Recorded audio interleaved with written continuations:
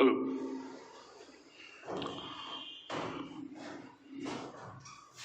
Hello guys, नमस्कार आप लोगों को। तो हम लोग पिछले क्लास में चर्चा कर रहे थे इलेक्ट्रोकेमिस्ट्री का, जो अभी तक हम लोग एक पार्ट खत्म किए। फिर सेकेंड पार्ट में कंडक्टेंस, रेसिस्टेंस, रेसिस्टिविटी वगैरह सब के बारे में चर्चा कर रहे थे। उसी में पिछले क्लास में देखे थे हम लोग मोलर कंडक्टेंस और इक्विवेलेंट कंडक्टेंस, अर्थात तुल्यांकी चालकत्व और मोलर चालकत्व के बारे में। उसी से रिलेटेड जरा सा थोड़ा सा टॉपिक यहाँ पर हम लोग पहले देख लें, फिर उसके बाद दोनों के बीच रिलेशन भी दिखलाएंगे। तो पहले हम लोग छोटा सा टॉपिक है नोट में, हम लोग पिछले क्लास में देखे थे यूनिट ऑफ लैम्डा एम। तो unit of kappa by unit of molarity. अब इसी में हम लोग देखे थे ओम इनवर्स सीएम इनवर्स, ये सीजीएस में लिए थे। इसका यूनिट लिए थे मोल पर लीटर। तो वो मोल पर लीटर तो सही है, कोई दिक्कत नहीं है हमको, लेकिन दूसरा यूनिट भी तो होता है वॉल्यूम का, जो है लीटर। ये लीटर के अलावा एमएल होता है, सीएमक्यू होता है। तो सीजीएस यूनिट सीएमक्यू है। तो सीएमक्यू है तो उसको लेके चलते हैं। तो यहां हो गया मोल पर सीएमक्यू। अब इसको सॉल्व करेंगे तो ओम इनवर्स सीएम स्क्वायर पर मोल, अथवा ओम का सिंबल सीएम स्क्वायर, या महो सीएम स्क्वायर पर मोल।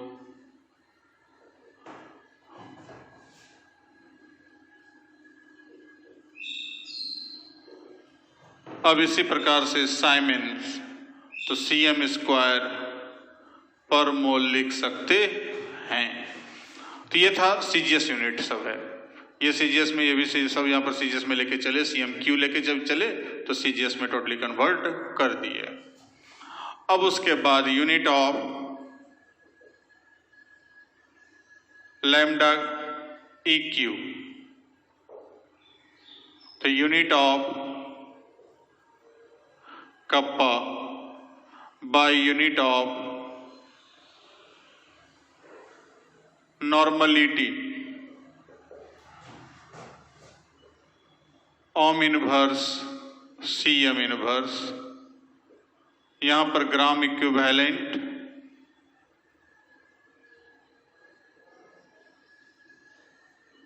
पर सीएमक्यू। तो फाइनली हमको यहां पर रिजल्ट आएगा ohm inverse CM square, short में पर जीएम इक्यू, या इसका जो सिंबल है ओम सीएम स्क्वायर जीएम इक्यू इनवर्स, या महो सीएम स्क्वायर जीएम इक्यू, साइमन्स या सीमेंस सीएम स्क्वायर जीएम इक्यू। ये लिख सकते हैं इसका यूनिट। तो कल थोड़ा समय अभाव कारण पिछले क्लास में थोड़ा समय कम था, इसलिए इसको छोड़े हुए थे। इसलिए यहाँ पर हम लोग यहाँ पर दिखलाए कि सीजीएस यूनिट का भी यूज होता है। तो वहाँ पर जाके जो है कि हम लोग जैसा भी ऑब्जेक्टिव में पूछे, सब्जेक्टिव में पूछे, सबका यूनिट तो दिमाग में रखना है, क्योंकि ऑलरेडी कंपटीशन सब में मिलाने के लिए भी दे देता है, या डायरेक्ट यहाँ पर हमको ऑब्जेक्टिव क्वेश्चन में भी यहाँ पर एबीसीडी करके मिलाने के लिए दिया जा सकता है। तो वो जाकर के जो है कि हमको सबका यूनिट हमको मालूम रहना चाहिए। तो यहाँ पर हर ढंग का यूनिट हम लोग देख चुके हैं, इसका लैम्डा एम का और लैम्डा इक्यू का। अब देखते हैं इसका रिलेशन, संबंध।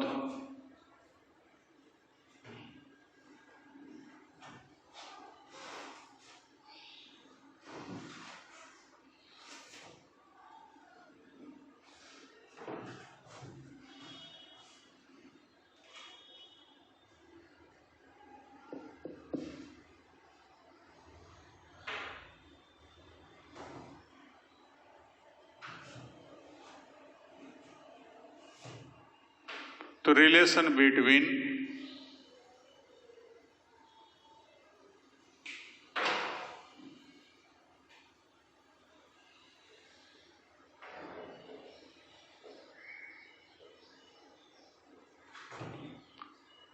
molar conductance and equivalent conductance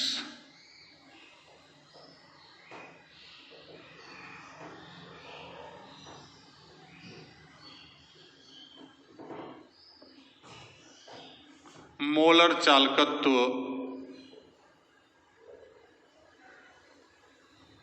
तथा तुल्यांकी चालकत्व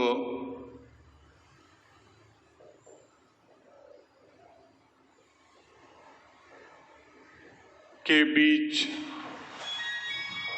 संबंध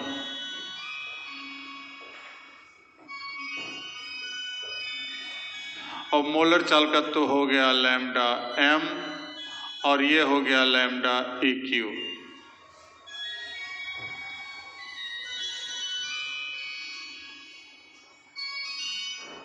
हेलो, हाँ अभी क्लास में है,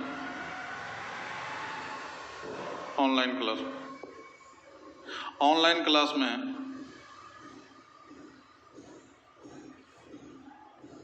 नहीं,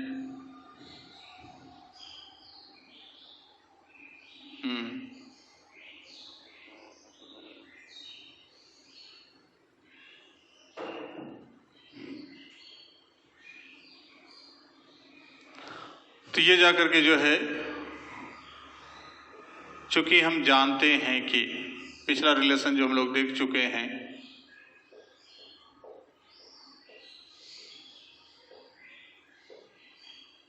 एक देखे थे lambda m equal to kappa into 1000 by molarity. इसको इक्वेशन फर्स्ट मानिए। दूसरा lambda EQ equal to kappa into 1000 by normality. अब समीकरण 1 भागा समीकरण 2, समीकरण 1 में समीकरण 2 से भाग करते हैं तो क्या होता है? तो lambda m by lambda EQ होगा कि नहीं? इतना बाय इतना डिवाइड करेंगे तो कप्पा इंटू 1000 बाय मोलरिटी, इतना तो लिख ही सकते हैं। यहां भी कप्पा इंटू 1000 बाय नॉर्मलिटी। अब ये कप्पा सब तो खत्म हो जाएगा, तो हम लोग यहाँ प्राप्त कर सकते हैं कि therefore lambda m by lambda EQ, normality ऊपर जाएगा, मोलरिटी नीचे आएगा। नॉर्मलिटी बाय मोलरिटी और lambda m by lambda EQ, normality को n से और मोलरिटी को m से। तो ये इक्वेशन 3। यहां तक तो किसी को दिक्कत नहीं होनी चाहिए। ये कट गया तो नॉर्मलिटी ऊपर चला गया, मोलरिटी नीचे, और नॉर्मलिटी को कैपिटल N से दर्शाते हैं, मोलरिटी को कैपिटल M से, जो हम लोग पीछे सॉल्यूशन चैप्टर में देख चुके हैं। तो उसको हम इस प्रकार से रिप्रेजेंट कर सकते हैं, कहीं कोई दिक्कत नहीं होनी चाहिए। अब इसके बाद आगे बढ़ते हैं पुनः नॉर्मलिटी इक्वल टू, मतलब n इक्वल टू, ख्याल होगा आपको, WB into 1000, sorry EB into V in ml and molarity m equal to WB into 1000 by MB into V in ml। ml में आयतन है सॉल्यूशन का। ये फॉर्मूला हम लोग देख चुके हैं सॉल्यूशन चैप्टर में, नॉर्मलिटी बराबर और मोलरिटी बराबर। अब इस दोनों इक्वेशन से हम लोग को इसका मान निकालना है, तो जस्ट निकाल लेते हैं।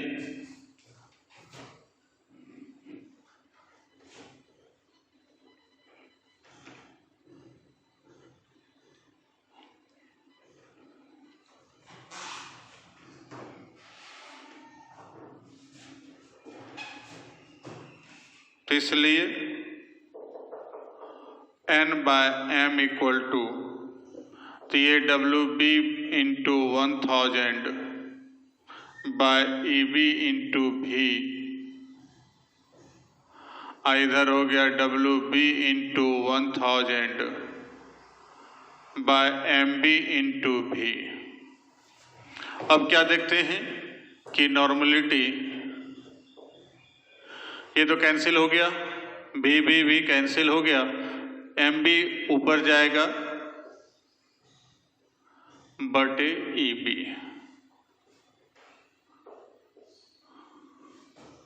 ये इक्वेशन 4। तो इसलिए समीकरण 3 से लैम्डा M बटे lambda EQ equal to MB by EB।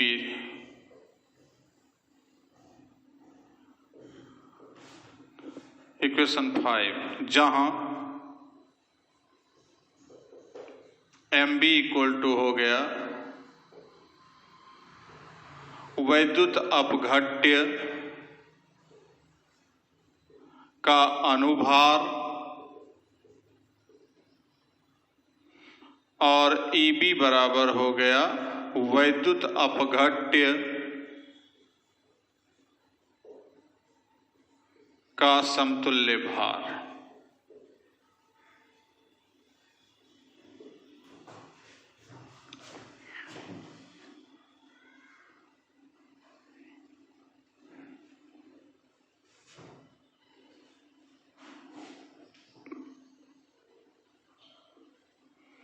अब इसमें और आगे बढ़ाते हैं कि MB बाय EB जो है, ये जो प्राप्त हुआ है हम लोग को, ये MB बाय EB, तो MB बाय EB को जाकर के जो है कि हम लोग फिर लेके चलते हैं कहाँ, सॉल्यूशन चैप्टर में। वहाँ पर अलग अलग कंडीशन में देखे हुए हैं। इक्विवेलेंट वेट,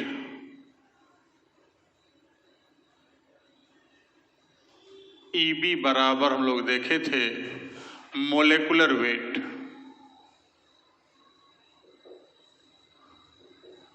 मतलब MB बटे एसिडिटी ऑफ बेस, हिंदी लिखे सीधा,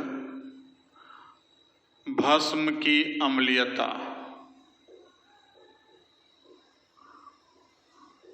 या अम्ल रहेगा तो अम्ल की भास्मिकता,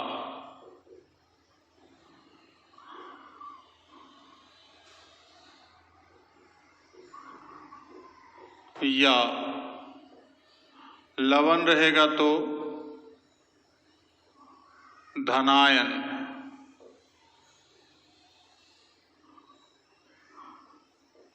अथवा ऋणायन की कुल संयोजकता। ये हम लोग वहां पर लवण के लिए भी देखे थे।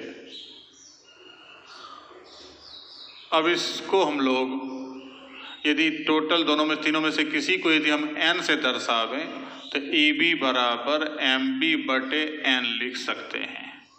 देयरफॉर MB बटे EB बराबर n होगा। यदि इस तीनों में से किसी को भी हम n से दर्शाते हैं तो, n से उसको रिप्रेजेंट करते हैं तो MB by EB equal to क्या हो जाएगा, n हो जाएगा। अब यहाँ पर जाकर के जो है कि समीकरण 5 से, इसलिए समीकरण 5 से हम लोग चलेंगे।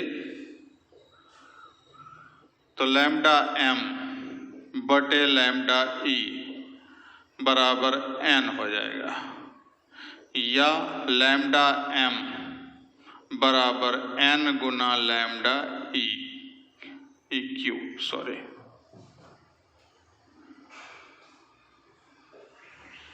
तो दोनों एक ही चीज है। ये इक्वेशन 6। n क्या है? तो n ये तीनों में से, मतलब इस तीनों को जो है हम लोग मिला करके कॉमनली n से डिनोट कर दें। चाहे वो अम्ल की भास्मिकता है, चाहे वो भस्म की अम्लीयता है, चाहे वो धनायन अथवा ऋणायन का जो है कुल संयोजकता है, तो इसमें से कोई भी तीनों में से कोई भी कंडीशन होगा तो उसको हम लोग n से रिप्रेजेंट करें, तो वैसे कंडीशन में MB/EB इक्वल टू क्या लिख सकते हैं? n लिख सकते हैं।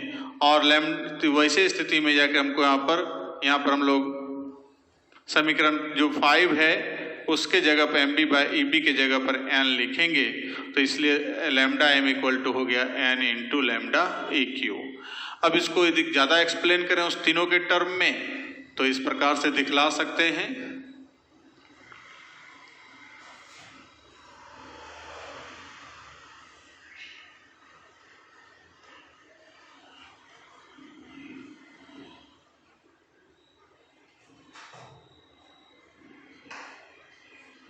इसी को रिप्रेजेंट करते हैं,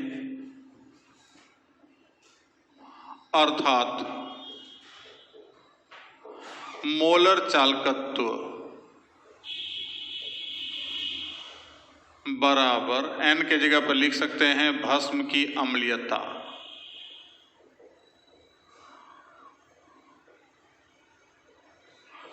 गुना तुल्यांकी चालकत्व।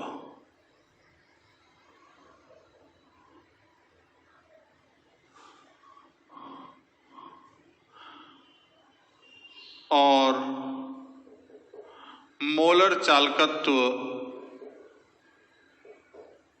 यदि अम्ल रहेगा तो अम्ल की भास्मिकता गुना तुल्यांकी चालकत्व। और तीसरा मोलर चालकत्व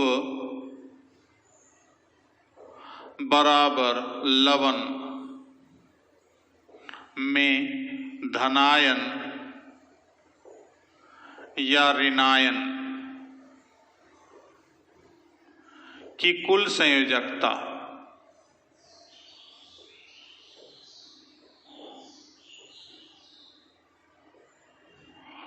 गुना तुल्यांकी चालकत्व। तीनों रूप में इस फार्मूला को रिप्रेजेंट कर सकते हैं, चूंकि तो ठीक है, यही चीज है। n क्या है? तो ये भस्म की अम्लीयता है, अम्ल की भास्मिकता है, या लवण में धनायन या ऋणायन की कुल संयोजकता है। अब यहाँ पर n का मान रखते जाएंगे, लैम्डा m का मान निकलते जाएगा। लैम्डा EQ मालूम रहे तो, या लैम्डा EQ ज्ञात करना हो, लैम्डा m मालूम रहे तो n का मान वहाँ पुट करेंगे और आराम से ज्ञात कर सकते हैं। तो देखते हैं, उसको एग्जाम्पल भी देख लेते हैं, आप लोग को और भी समझ में आ जाएगा। चलिए हम लोग चलते हैं कुछ एग्जाम्पल के साथ कि चलिए पहले फॉर एसिड के लिए चलते हैं। एसिड में H2SO4 है, तो इसकी भास्मिकता मतलब n बराबर 2 हम लोग जानते हैं, तो इसलिए लैम्डा m बराबर हो गया 2 लैम्डा EQ। जैसे मान लीजिए हम लोग HNO3, अब यहां पर भास्मिकता n बराबर 1 है, तो therefore lambda m equal to lambda EQ। यदि H3PO4 है तो भास्मिकता वहां पर सॉल्यूशन चैप्टर में दिखाए थे, निकालने के लिए बताए भी थे, n इक्वल टू 3 होगा, तो therefore lambda m equal to 3 into lambda EQ होगा, हो जाएगा। अब इसी प्रकार से हम लोग बेस के लिए चलते हैं। फॉर बेस एग्जाम्पल देख रहे हैं सबका खाली, कि जैसे NaOH, तो NaOH है तो इसका जो है अम्लीयता, भस्म है तो अम्लीयता होगा, मतलब n बराबर 1, तो इसलिए लैम्डा m बराबर हो गया लैम्डा EQ। MgOH का होल 2, तो यहाँ पर इसकी अम्लीयता जो है n का मान 2 है, तो therefore lambda m equal to 2 into lambda EQ। AlOH का होल 3 है, इसकी अम्लीयता n इक्वल टू 3 है, तो therefore lambda m equal to 3 lambda EQ। तो ऐसा हम लोग प्राप्त कर सकते हैं, जैसा भी हमको अम्ल रहेगा, जैसा भस्म रहेगा, उसका भास्मिकता और अम्लीयता हम लोग निकालने जान चुके हैं, तो हम ऐसा ज्ञात करके दिखला सकते हैं। अब हमको यहाँ पर देखते हैं, इसी प्रकार से लवण वाला भी एग्जाम्पल देख लेते हैं।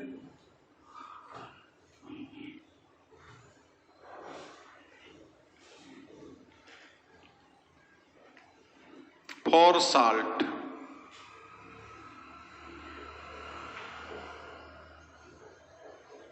तो जैसे यहाँ हम लोग लेते हैं Al2SO4 का होल 3। अब यहाँ पर धन मूलक है एल्युमिनियम, तो एल्युमिनियम की कुल संयोजकता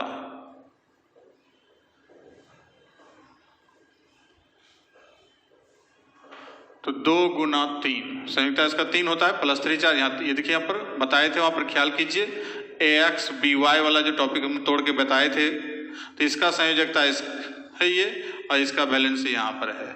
तो वैसे कंडीशन, इसका वैलेंसी यहाँ, इसका वैलेंसी यहाँ है, तो ये जो है 3 है इसका वैलेंसी और 2 इसकी संख्या, तो 2 गुना 3 बराबर 6। या SO4 ऋण मूलक है, तो इसका यदि हम निकालेंगे तो इसका भी 3 गुना 2 आएगा, तो वो भी 6 ही आएगा। इसलिए लैम्डा m यदि निकालना है तो 6 गुना लैम्डा EQ। जैसे मान लीजिए हमको यहाँ पर है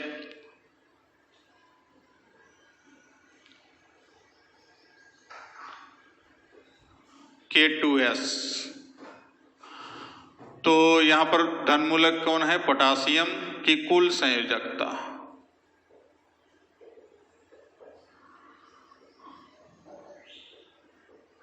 तो 2 गुना 1 2 है, तो इसलिए लैम्डा m बराबर 2 गुना लैम्डा EQ। तो किसी के लिए भी हमको कोई भी साल्ट है, उसके लिए हम लोग इस प्रकार से दर्शा सकते हैं। तो आशा करते हैं समझ गए होंगे आप लोग। अम्ल के लिए अलग दिखलाए, भस्म के लिए अलग दिखलाए और लवण के लिए अलग दिखला दिए। अब बाय द वे यहाँ पर क्वेश्चन भी आता है, तो हम क्वेश्चन कैसे डील करते हैं उसको देखें। कि जैसे मान लीजिए हमको ऑब्जेक्टिव में आया तो ऑब्जेक्टिव में, सब्जेक्टिव आ गया सब्जेक्टिव में।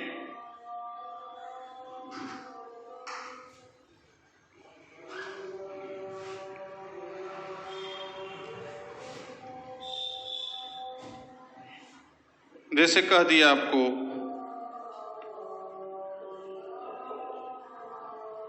CA3PO4 का होल 2 के लिए मोलर चालकत्व 4.2 into 10⁵ ohm inverse Cm² mole inverse है। तो इसका तुल्यांकी चालकत्व ज्ञात करें।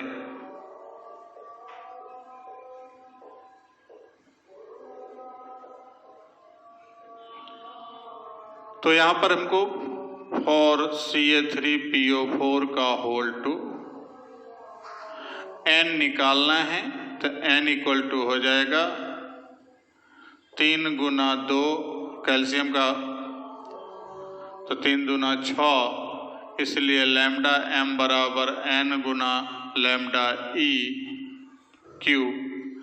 देयरफॉर लैम्डा EQ बराबर हो जाएगा लैम्डा m/n, अब लैम्डा m 4.2 इंटू 10⁵ और यहाँ 6 तो 0.7 इंटू 10⁵ या 7 इंटू 10⁴ ओम इनवर्स Cm² Gm/EQ, ये हो गया आंसर। तो इस टाइप का जो भी हमको क्वेश्चन, छोटा सा क्वेश्चन पूछ सकता है, हालांकि बिहार बोर्ड में ये सब को टच उतना किया नहीं है, लेकिन पूछा जा सकता है। आगे बहुत सारी जगह जरूरत भी पड़ेगा, तो उसको हम लोग जान गए कि हमको आराम से निकाल सकते हैं। मोलर चालकत्व मालूम है तो तुल्यांकी चालकत्व मालूम कर सकते हैं, या तुल्यांकी चालकत्व मालूम हो तो मोलर चालकत्व भी मालूम कर सकते हैं। कहीं कोई परेशानी किसी को नहीं होनी चाहिए। अब हम लोग आगे बढ़ते हैं।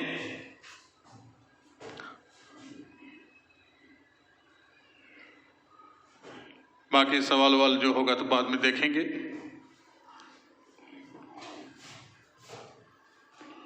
तो ये था रिलेशन। अब आगे हेडिंग दें, चालकत्व को प्रभावित करने वाले कारक।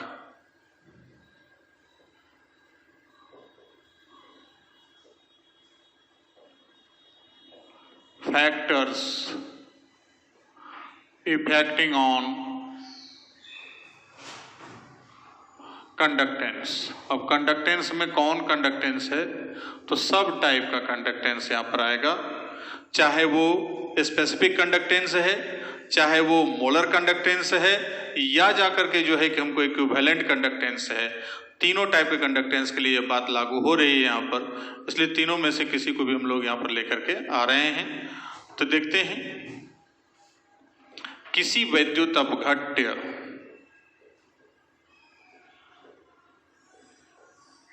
कई एक कारक है, कुछ कारक को देख रहे हैं, फिर बाद में अगले दिन देखते हैं कि चालकत्व। अब चालकत्व में यहां पर आ गया मोलर चालकत्व,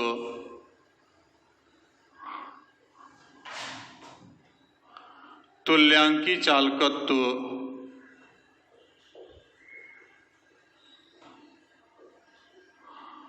या जाके विशिष्ट चालकत्व,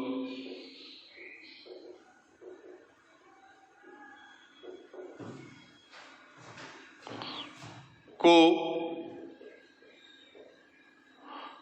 या को हटा दे, निम्नांकित कारकों के द्वारा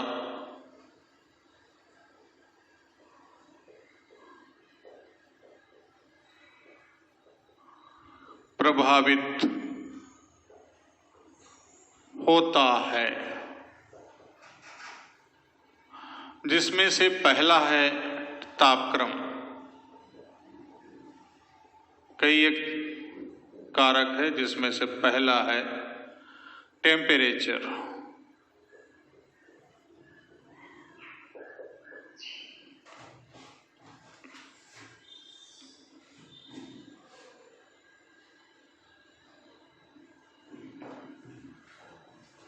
कहता है किसी वैद्युत अपघट्य का चालकता बोले तो विशिष्ट चालकत्व, इसी का दूसरा नाम है तापक्रम का समानुपाती होता है।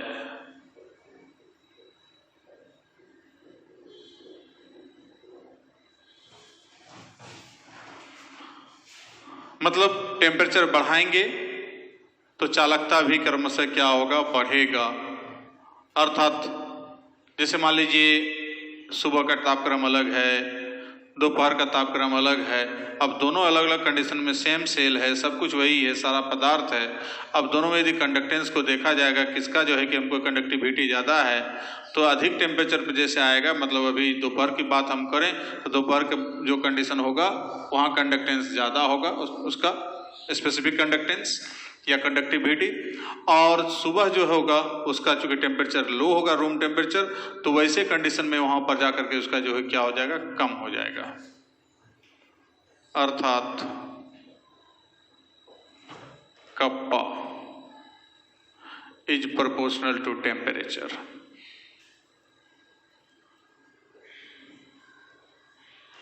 अतः तापक्रम बढ़ाने पर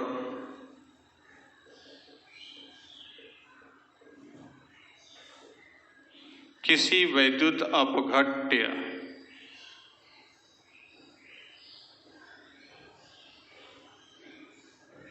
के विलयन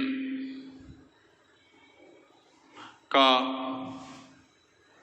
चालकता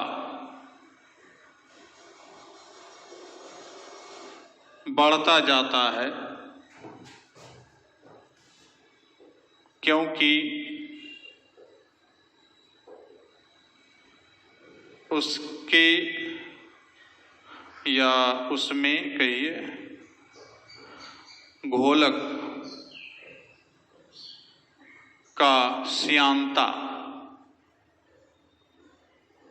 का मान घटता है। मतलब समानुपाती क्यों है? तो उसका रिजल्ट यहां पर है कि जो भी सॉल्वेंट है उसमें जो भी घोलक है उस घोलक का श्यानता का मान, श्यानता कहते हैं इंग्लिश में इसको विस्कोसिटी। यदि आप 11th में फिजिक्स पढ़े होंगे तो वहां पर जाके जनरल फिजिक्स में एक टॉपिक था, एक चैप्टर टाइप का, फ्लो ऑफ फ्लूइड्स, तरलों का प्रवाह। तो वही तरलों का प्रवाह में एक कैरेक्टर आता है लिक्विड का, वो है श्यानता, विस्कोसिटी। विस्कोसिटी क्या है? तो मोटा मोटी एक जनरल, यहाँ केमिस्ट्री में तो ज़्यादा डिटेल हम नहीं जा रहे हैं, लेकिन 2-4 मिनट में हम ये समझा सकते हैं आपको इस प्रकार से कि आप एक, जैसे मान लीजिए कोई प्लेन सतह ले लेते हैं, मान लीजिए लकड़ी का टुकड़ा, पूरा तख्ता ले लिए, प्लेन है एकदम, सनमाइका लगाया हुआ है, सब कुछ एकदम प्लेन चिकना है। अब उस पर यदि हम एक साइड थोड़ा सा पानी डालते हैं, थोड़ा सा दूध डालते हैं और शहद डालते हैं, मान लीजिए यही चीज है, ये लकड़ी का थी है, सब सनमाइका लगा हुआ है। अब यहाँ पर पानी डालेंगे तो उसका स्पीड, दूध डालेंगे तो उसका स्पीड बढ़ने का, और शहद डालेंगे तो उसका बढ़ने का स्पीड, तीनों में डिफरेंसेस आएगा। उसका मूल कारण है कि वहाँ जो है प्रत्येक लिक्विड में एक अपना पर्सनल कैरेक्टर होता है कि जब कहीं मोशन में आगे की ओर बढ़ता है तो उसका जो लेयर है सतह पदार्थ का, उस प्रत्येक सतह के द्वारा ऊपर वाले सतह के ऊपर एक अपोजिट फोर्स लगाता है, उसको रोकता है आगे बढ़ने से। जैसे हम लोग चलते हैं आगे तो पैर बढ़ाते हैं तो उधर धरती हमको क्या करता है, पीछे की ओर धक्का मार रहा है। तो ये जाकर के जो है कि हमको, जिसको हम लोग वहां पर बोलते हैं फ्रिक्शनल फोर्स या घर्षण बल नॉर्मल केस में, लेकिन वहां पर बोलेंगे हम लोग इसको विस्कस फोर्स या श्यान बल। और वो श्यान बल जिसका अधिक होगा वो कम तेज, माने उसका स्पीड कम, जिसका श्यान बल अधिक होगा, जैसे शहद है उसका श्यान बल अधिक है, विस्कस फोर्स अधिक है, तो वो धीरे धीरे प्रवाहित होगा। पानी है उसका विस्कस फोर्स काफी कम है तो वो सरसड़ा करके आगे बढ़ जाता है दूध के बनिस्पत। तो इस प्रकार से हम लोग देखते हैं कि जैसे जैसे यहाँ पर हमको जाके उसका श्यानता का मान चेंजिंग होता जाएगा, वैसे वैसे उसका जाकर के जो है कि हमको यहाँ पर चालकता भी, कहता टेम्परेचर जब चेंज करते हैं तो उसका श्यानता का मान चेंज होता है, श्यानता का मान घट जाता है, तो वैसे स्थिति में उसका चालकता का मान क्या होगा, बढ़ता जाएगा। तो पूछेगा यदि by the way reasoning question में पूछ दे कि किसी भी वैद्युत अपघट्य का चालकता का मान टेम्परेचर बढ़ने के साथ साथ बढ़ता है, क्यों? तो उसका जवाब हम देंगे कि चूंकि हम लोग यहाँ पर क्या देखते हैं, जो क्यों की वर्ड से लिखे कि उसमें जो घोलक है उसका श्यानता का मान तापक्रम के बढ़ने के साथ साथ घटता जाता है, जिसके परिणाम स्वरूप उस लिक्विड में या उस विलयन में, जो भी विलयन है उसको घोलक से हम तैयार कर रहे हैं, उस विलयन का वैद्युत अपघट्य जो भी हमको है उस विलयन का जो है चालकता क्रमशः क्या होगा, बढ़ता जाएगा।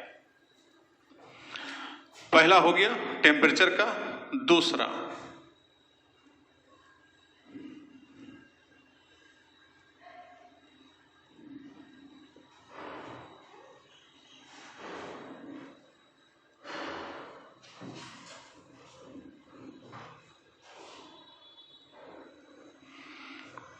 चलिए दूसरा देखते हैं घोलक का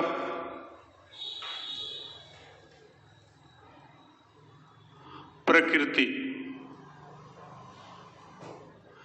नेचर ऑफ सॉल्वेंट। किसी घोलक का डाइलेक्ट्रिक कांस्टेंट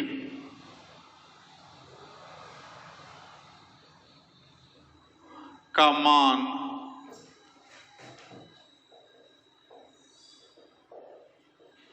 बढ़ने के साथ साथ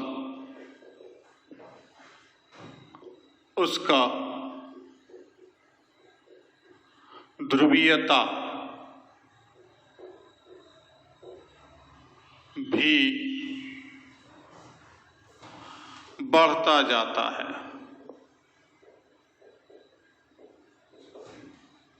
एग्जाम्पल के लिए इधर घोलक है और इधर डाइलेक्ट्रिक कांस्टेंट है।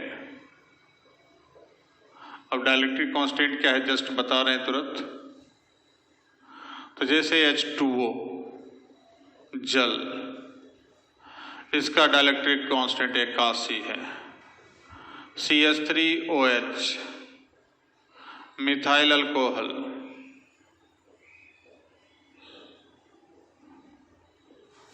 53 है, सॉरी 35 उल्टा। उसके बाद C2H5OH इथाइल अल्कोहल, इसका 27 है। Acetone CH3COCH3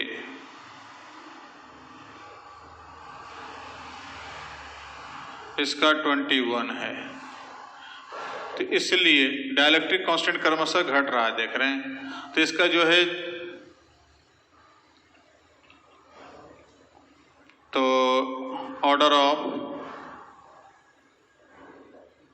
dielectric constant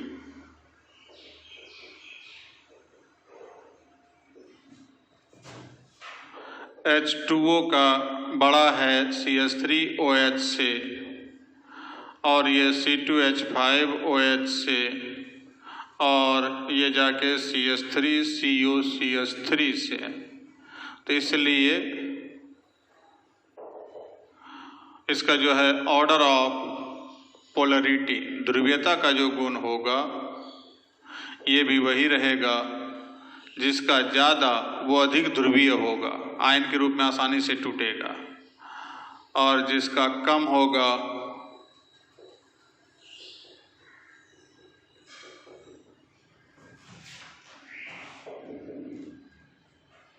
polarity directly proportional to dielectric constant।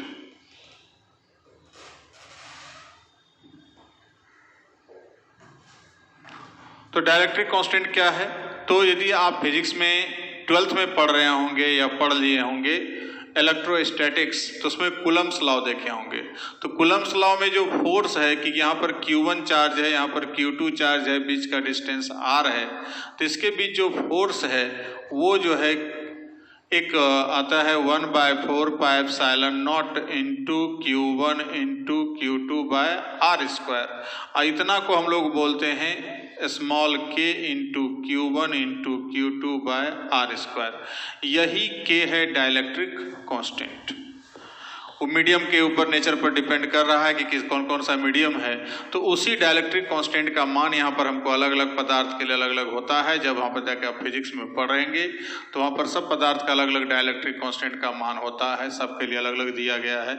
Air या वैक्यूम के लिए दिया होगा 9 × 10⁹ यहाँ पर वाटर के लिए हम लोग देखें CH3, और चूंकि सॉल्वेंट लेना है, घोलक, यहाँ हवा या निर्वात तो लेना नहीं है हमको।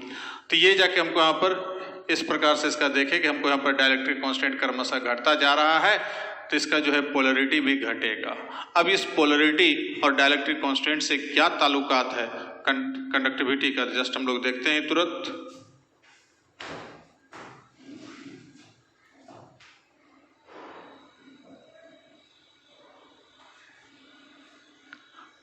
एक पंक्ति में जिसको देख लेते हैं।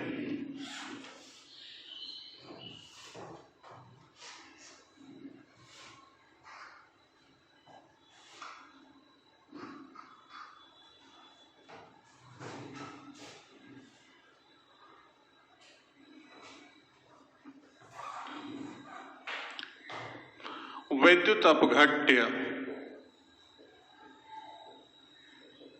का डाइलेक्ट्रिक कांस्टेंट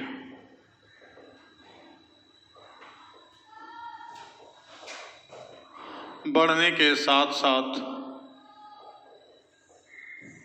उसका मोलर चालकत्व या तुल्यांकी चालकत्व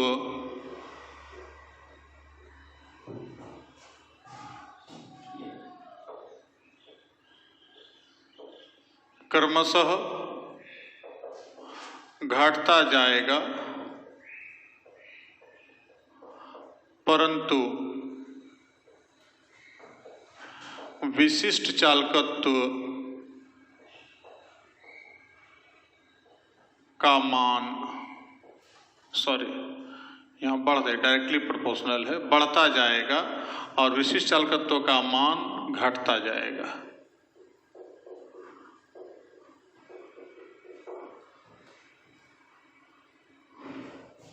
अर्थात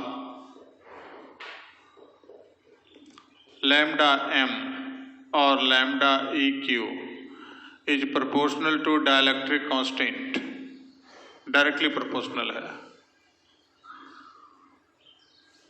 जबकि कप्पा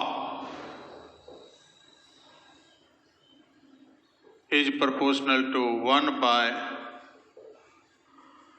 डाइलेक्ट्रिक कांस्टेंट। ठीक है, तो वैसे कंडीशन में डाइलेक्ट्रिक कांस्टेंट ज्यादा, लैम्डा m और लैम्डा eq ज्यादा, यहाँ पर डाइलेक्ट्रिक कांस्टेंट ज्यादा, इसका मान कम, इसका मान कम तो इसका मान अधिक। तो ये जाकर के जो है कि हमको दो फैक्टर अभी तक देखे, और फैक्टर को हम लोग नेक्स्ट क्लास में देखते हैं, थोड़ा समय ज़्यादा हो रहा है। तो वैसे कंडीशन में हम लोग फिर मिलते हैं अगले क्लास में अगले फैक्टर के साथ। तब तक के लिए आप लोग को धन्यवाद। सेफ रहिए, आराम से घर में बैठिए, पढ़िए ध्यान से, फिर मौका मिलेगा तो फिर हम लोग मिलेंगे बहुत जल्द।